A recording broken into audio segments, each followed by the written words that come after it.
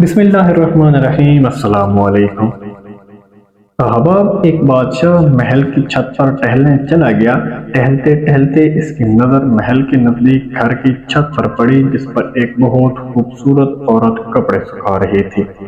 بادشاہ نے اپنی ایک باندی کو بلا کر پوچھا، کس کی بیوی ہے یہ؟ باندی نے کہا، بادشاہ سلامت، یہ آپ کے غلام فیروز کی بیوی ہے۔ بادشاہ نیچے اترا۔ بادشاہ پر اس عورت کے حسن و جمال کا سحر سا چھا گیا تھا۔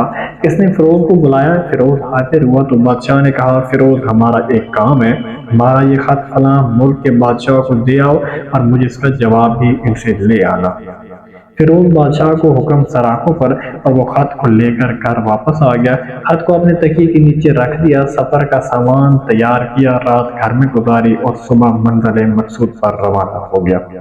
اس بات سے لا علم کہ بادشاہ نے اس کے ساتھ کیا چال چلی ہے، ادھر فیروز جیسے ہی نظروں سے اوجھل ہو گیا۔ بادشاہ چپکے سے فیروز کے گھر پہنچا اور آہستہ سے فیروز کے گھر کا دروازہ کھٹکھٹایا۔ فیروز کی بیوی پوچھا، کون ہے؟ بادشاہ نے کہا، میں بادشاہ، تمہارے شوہر کا مالک۔ تو اس نے دروازہ کھولا۔ بادشاہ اندر آ کر بیٹھ گیا۔ فیروز کی بیوی نے حیران ہو کر کہا، آج بادشاہ سلامت یہاں ہمارے غریب خانے میں؟ بادشاہ نے کہا، میں یہاں مہمان بن کر آیا ہوں۔ فیروز کی بیوی بادشاہ کا مطلب سمجھ کر کہا، میں اللہ کی پناہ چاہتی ہوں آپ کے اس طرح آنے سے جس میں مجھے کوئی خیر نظر نہ آ رہی ہو۔ بادشاہ نے غصے میں کہا، اے لڑکی، کیا کہہ رہی ہو تم؟ شاید تم نے مجھے پہچانا نہیں، میں بادشاہ ہوں، تمہارے شوہر کا مالک۔ فیروز کی بیوی نے کہا، بادشاہ سلامت، میں جانتی ہوں کہ آپ بادشاہ ہیں، لیکن بزرگ کہہ گئے ہیں کہ اور شیر کو گرچہ جتنی بھی تیز بھوک لگی ہو لیکن وہ مردار نہیں کھاتا۔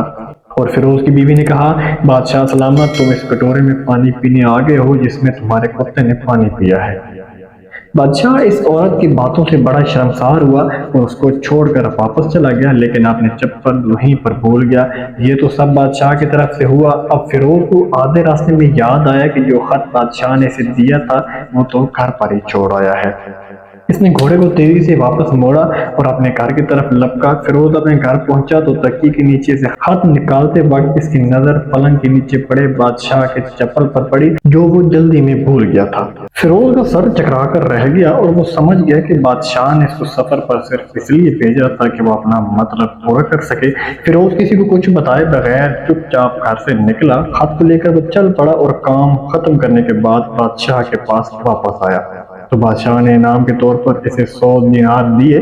فیروز دینار لے کر بازار گیا اور عورتوں کے استعمال کے قیمتی کپڑے اور کچھ تحائف بھی خرید لیے۔ گھر پہنچ کر بیوی کو سلام کیا اور کہا، چلو تمہارے میکے چلتے ہیں۔ بیوی نے پوچھا، یہ کیا ہے؟ کہا، بادشاہ نے انعام دیا ہے اور میں چاہتا ہوں کہ یہ پہن کر اپنے گھر والوں کو بھی دکھاؤ۔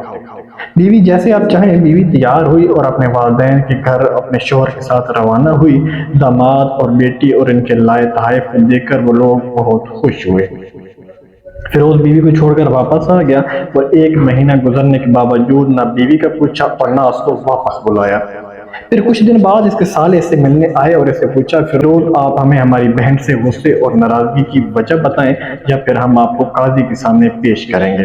تو اس نے کہا، اگر تم چاہو تو کر لو، لیکن میرے ذمہ اس کا ایسا کوئی حق باقی نہیں جو میں نے ادا نہ کیا ہو۔ وہ لوگ اپنا کیس قاضی کے پاس لے گئے تو قاضی نے فیروز کو بلایا۔ قاضی اس وقت بادشاہ کے پاس بیٹھا ہوا تھا۔ اللہ تعالیٰ بادشاہ سلامت اور قاضی القضاء کو قائم و دائم رکھے۔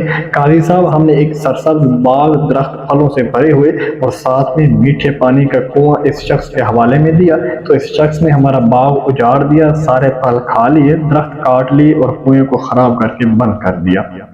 قاضی فیروز کی طرف متوجہ ہو کر پوچھا، ہاں تو لڑکے، تم کیا کہتے ہو اس بارے میں؟ فیروز نے کہا، قاضی صاحب، جو باغ مجھے دیا گیا تھا وہ اس سے بہتر حالت میں میں نے واپس کیا ہے۔ قاضی نے پوچھا، کیا اس نے باغ تمہارے حوالے ویسے ہی حالت میں کیا جیسے پہلے تھا؟ انہوں نے کہا، ہاں ویسے ہی حالت میں واپس کیا ہے، لیکن ہم اس سے باغ واپس کرنے کی وجہ پوچھنا چاہتے ہیں۔ قاضی، ہاں فیروز، تم کیا کہنا چاہتے ہو اس بارے میں؟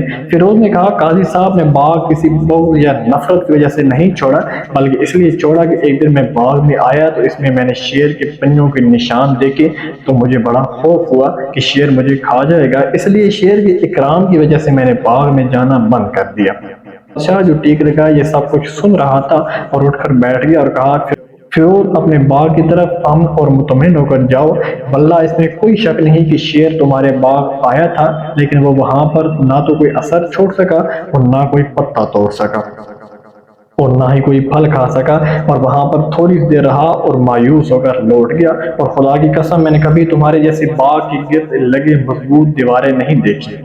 تو فیروز اپنے گھر لوٹ آیا اور اپنی بیوی کو بھی واپس لے لیا، نہ تو قاضی کو پتہ چلا اور نہ ہی کسی اور کو کہ اصل ماجرا کیا تھا۔